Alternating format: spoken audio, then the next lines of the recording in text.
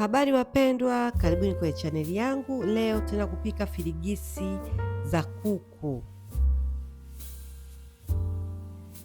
Nitainjika kikaangio jikoni, nitaweka mafuta, kisha nitaweka firigisi zangu nilizoziosha. Nitaweka tangawizi, nitaweka na roiko ya kuku, nitaweka limao, kisha nitaweka na chumvi.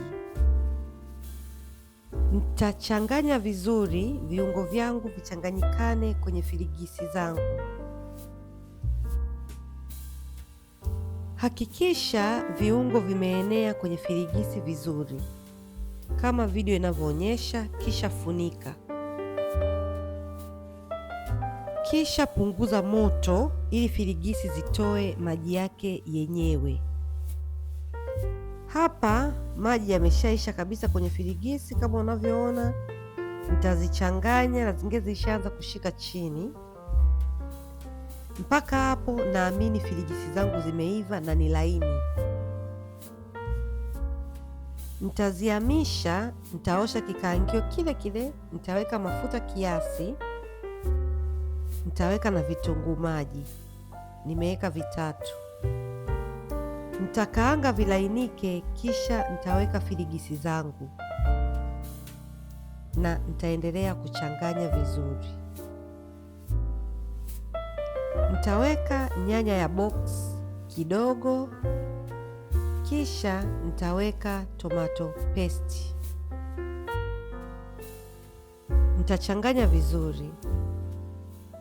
Hapo ukiangalia nyanya yangu haina maji.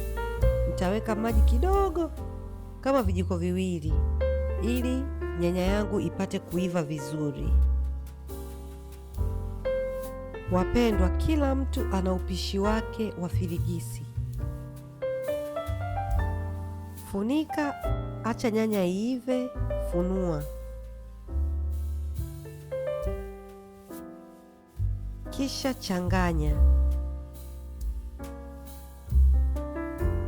Nyanya ikiiva utaona nyanya imekauka na kama mafuta yanachemka. Nitaweka roiko tena, nitaweka pilipili kavu, nitaweka na chicken masala. Kisha nitachanganya. Viungo vikichanganyikana vizuri, nitaweka carrot.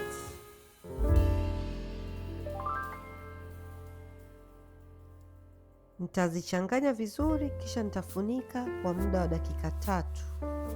Huku nimepunguza moto.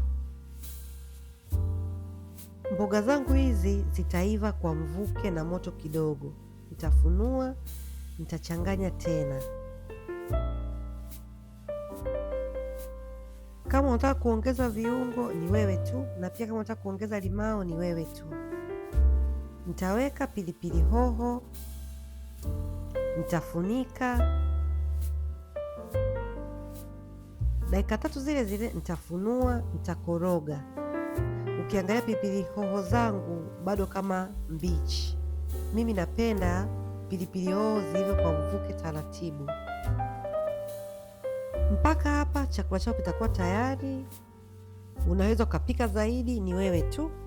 Asante kwa kuangalia video zangu, naomba usiache kusubscribe.